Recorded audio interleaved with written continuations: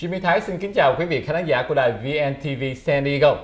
Thưa quý vị, Harvard là một trong những cái trường đại học nổi tiếng nhất của thế giới, không chỉ trong nước Mỹ, thế giới, và được nhận vào học cái trường đại học này là một cái giấc mơ không những cho rất nhiều các em học sinh mà rất nhiều phụ huynh trên toàn thế giới luôn, vì người ta chỉ nhận vô ít hơn 6% mỗi năm. Hôm nay trong phòng thu phim của VNTV, chúng tôi hân hạnh được tiếp một người tiến sĩ chuyên môn giúp cho các em học sinh giỏi được nhận vào những cái trường học nổi tiếng này. Đó là anh Tuấn, Andre Trần. Chào anh Tuấn. Yeah, chào anh GB. I'm very glad to be here tonight, and it's an honor to address the subject of college application targeting at the most prestigious institution in the United States. All right, good. Now, first up, anh Tuấn, can you introduce a little bit about your background and your credibility with the audience, please? I graduated from Harvard in 1994, 20 years ago, and for the last 15 years, I have been the college advisor. My specialty is the top colleges. 85% of my students got into the top 25 school in the last 8 years, and my job is to help students go after and get admitted to the top colleges in the United States. Wonderful, man. That's a serious background and credential there, Tuấn. Now, for the benefit of our audience, let's tell them what is the key message that you want them to take away from this interview. I have two key messages to demystify the top colleges. The first message is you too can get into Harvard University. You don't need to be valedictorian. You don't need to have perfect SAT, ACT score to get into Harvard. The second message I like to have is that Harvard would cost your parents less than if you were to go to San Diego State, for instance. And the reason I know the inside out of Harvard, because I serve on the Harvard local admission committee for recruiting, interviewing, and selecting candidates to Harvard in the local area. So I know the Harvard process, but I also know the type of student and the type of colleges that we are going after in order to recruit those students. Wow. So I, as the parents of a high school senior, I have the same misconception as well, Tuấn, because I thought that my daughter, because she's not going to be a valedictorian at Westbury High School, and she not going to be able to afford a $70,000 per year tuition. So I'm fascinated with your two key messages here. So let's address the first message first. Why you said that Harvard will not looking for people that become valedictorians or perfect SAT, ACT score only? So Harvard uses a system called the holistic recruitment that distinguish the academic performance as well as the non-academic. Jimmy, can I ask you, what do you think the percentage of academic versus non-academic Harvard would attribute to assess a candidate? 50-50? I would guess probably 80% academics and maybe 20% on the non-academic activities. And that's exactly what a student thought, and many parents think in the wrong way. At Harvard, we attribute about 25 to 30% on the academic and the rest on the non-academic. The reason is this. In our county, we have about 400 high schools. You can imagine that the 400 valedictorian or salutatorian will go after Harvard. So there's no way we can recruit all valedictorian and salutatorian into Harvard University. So the only way we can distinguish and make a difference between students is their not only academic performance, but also their non-academic abilities. And if you may, I'd like to just outline the three non-academic criteria that Harvard are looking for, and this is not only Harvard, it's also other top university. The first one is what we call intellectual vitality. Intellectual vitality has nothing with having a 5.0 GPA or perfect 2400 SAT score or 36 ACT score. It's how actively you pursue your passion.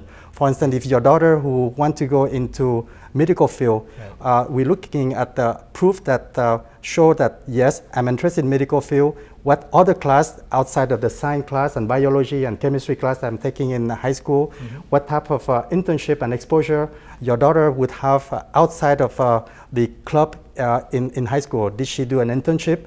We don't care about what she does. We care about what she have learned through those experience and exposure. Oh, wow. So that's number one criteria of what we're looking for, called intellectual vitality. Okay. The second criteria is called leadership. And I like to translate that word in English because leadership can mean many things to many people. Okay. At Harvard and many top colleges, we look for two characteristics.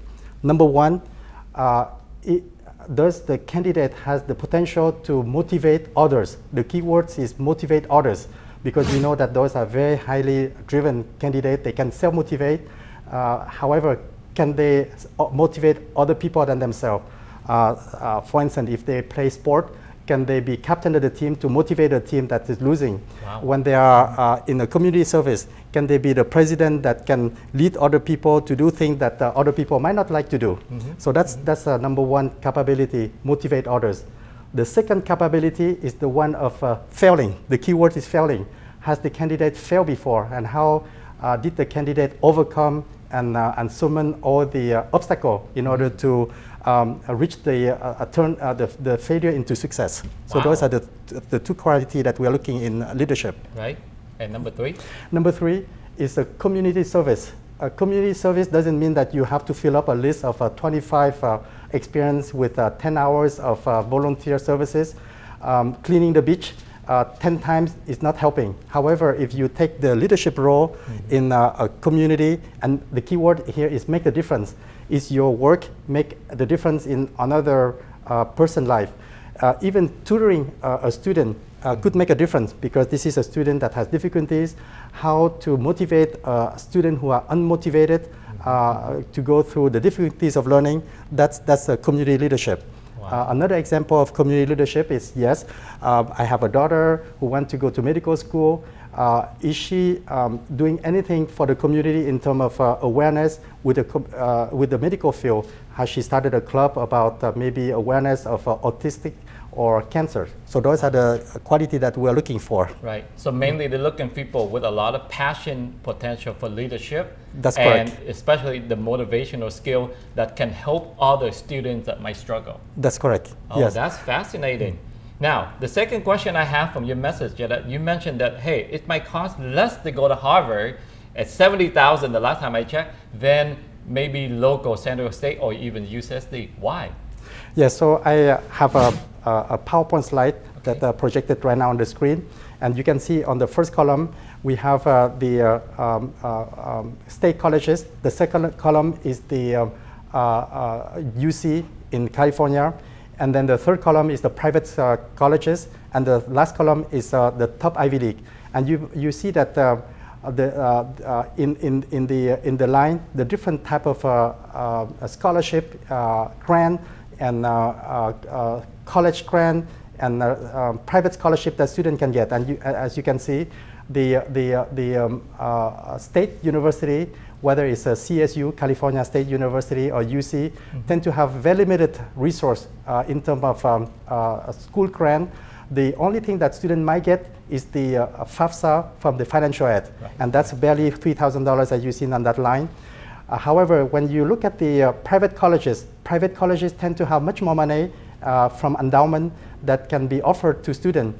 And when a student receive an admission letter, I advise students not to accept right away, but to go back and say, well, I love your school. I'm so glad to get admitted.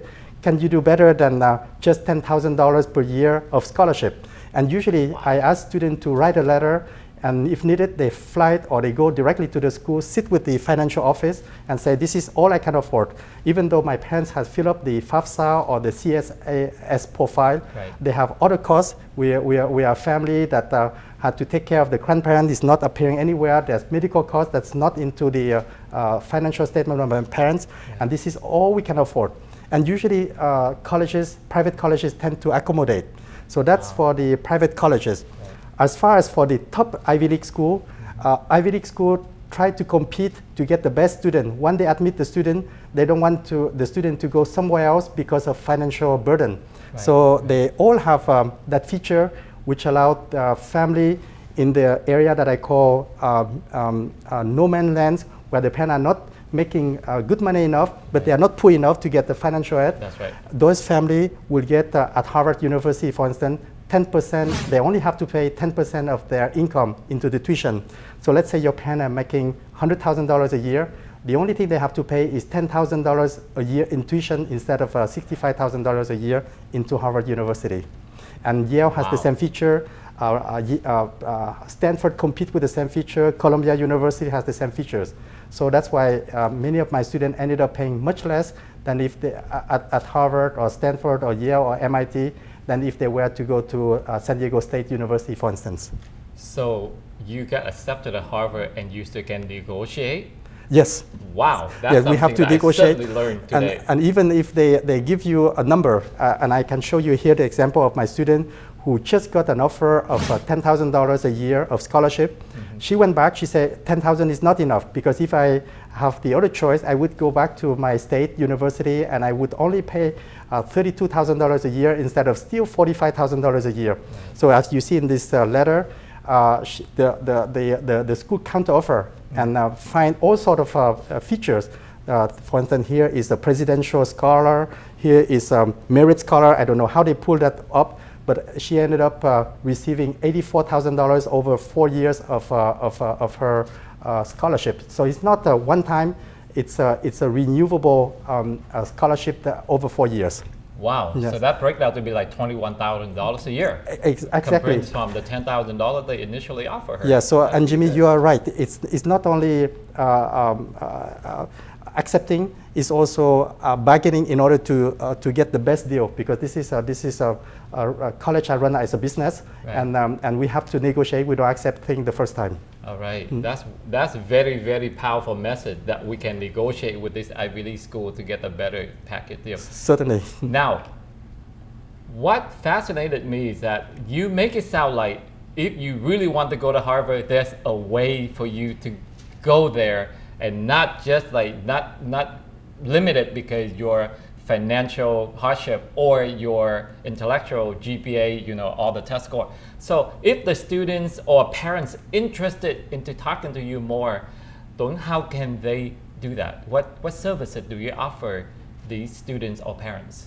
Yes, as I mentioned earlier, my specialty is to help students go after and get admitted to the best colleges.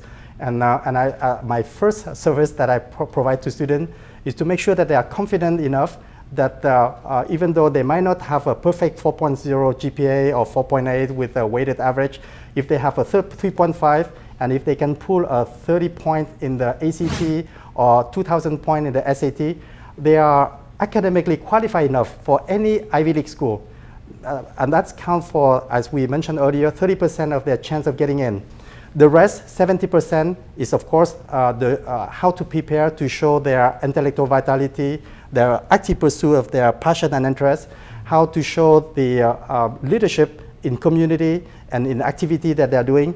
And lastly, and the most importantly, many of those universities are interviewing, meaning that yes, everybody look alike on the paper because they're all good students, they're all having their extracurricular credential. Now the only way we can distinguish two good people is through the interview.